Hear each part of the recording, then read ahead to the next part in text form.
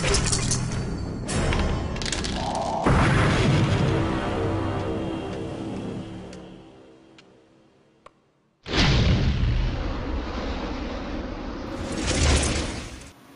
YouTube, Dave here again, back with another viewer question. So this time I want to tackle the concept of running an running a game for an evil party.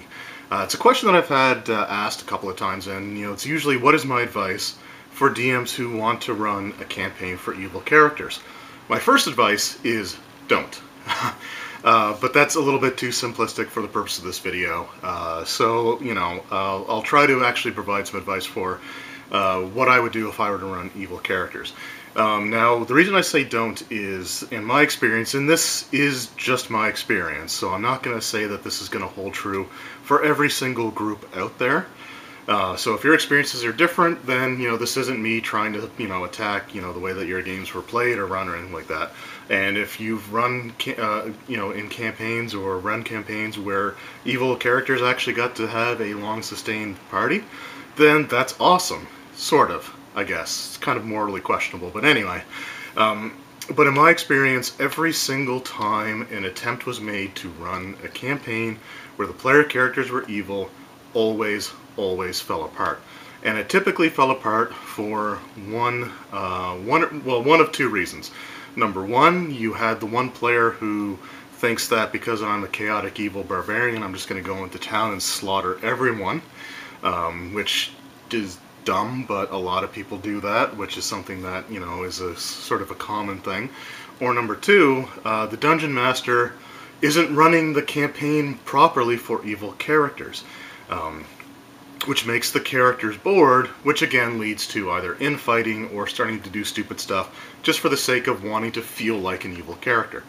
So a big example of this was, I was a player in this particular campaign, but it was an evil campaign. We were evil characters, or we were supposed to be, or yeah, we actually did start off this way. It wasn't one of those. There was a campaign before where we started off as heroes, but then one player wanted to play a black card, and that changed the tone of the campaign for the entire party. It was one of those things, but anyway, I don't begrudge the player for that so much, but it just kind of sucked the fun out of that campaign for everybody else.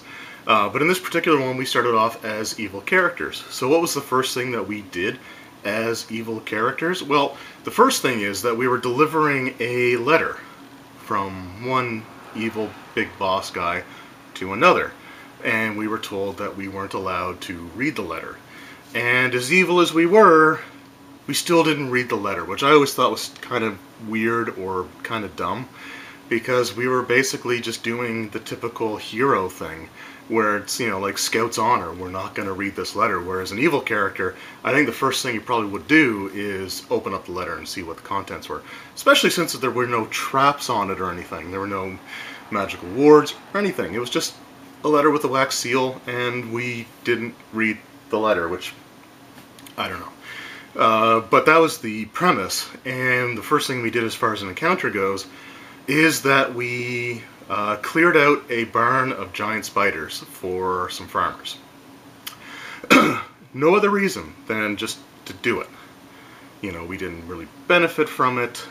We didn't use that later as sort of a way to kind of manipulate people.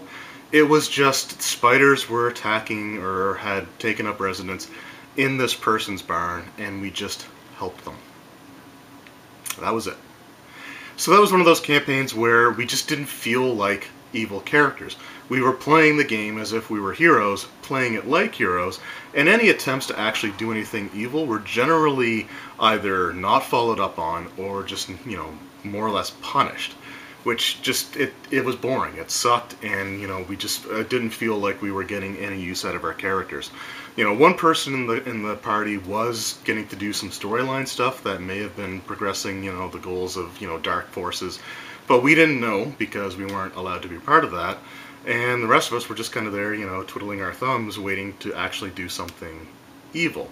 And again, the game just fell apart. And there were several examples of stuff like that. It's just like, this one DM, as much as he wanted to let us play evil characters, he was still designing the adventures for basically heroes. And we were just doing stuff, and there was no motivation, there was no questioning as to why we were just helping people and being honest and not trying to deceive anybody.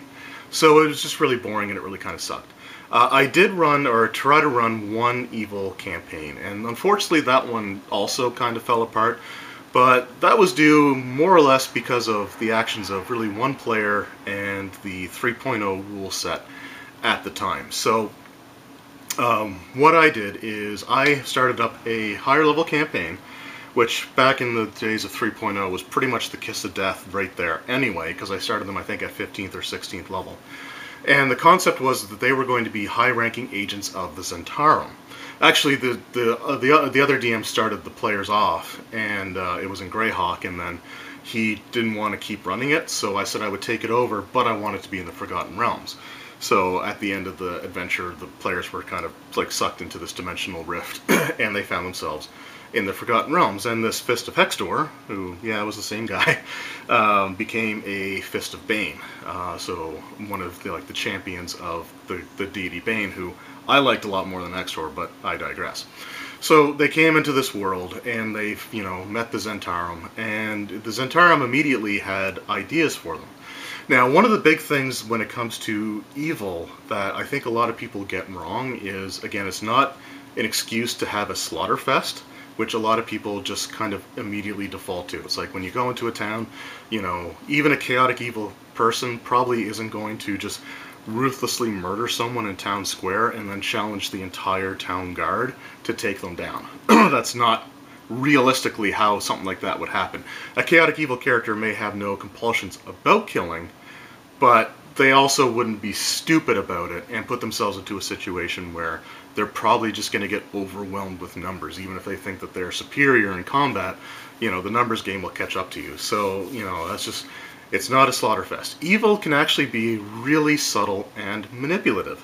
The reason that I like the Santarem and use them and allow the player character to be part of that organization is they're a villainous organization that wants to, basically control the north of the Forgotten Realms, or, eventually all of Faerun.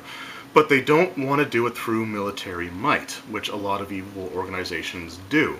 They want to achieve their goals through economic reliance on them and political means and trade and stuff like that. So it's a much more subtle form of evil. So what I had was the Santarem, first of all, wanted to establish themselves as the heroes for this, region in the north, and they also wanted to discredit one of the major champions of good at the same time, and make them look ineffective, and have, the player characters kind of, be the ones that swoop in and sort of save the day. So what the Santarem did is they released a plague into this village or town, decent-sized town, it wasn't actually a village. And any attempts from nearby cities or larger settlements to send aid in the form of medical supplies or healers or things like that were always defeated by bandits. Now these bandits were hired by the Santarem, were acting on behalf of the Santarem, but they weren't directly connected, and the bandits themselves actually weren't aware of who they were working for. They were just given locations, places to hit, and they would sort of sell their stuff, in the black market, which they would do to an agent of the Santarem, but no names were given, no nothing. So basically, it would be very difficult to tie what's going on to the Santarem themselves. So eventually, enough of these caravans of medical supplies, or wagons, or things containing healers to try to cure this plague, were defeated, and supplies were stolen, and things along those lines happened so often or so regularly that finally one of these big heroes of the north decided that he was personally going to escort this caravan.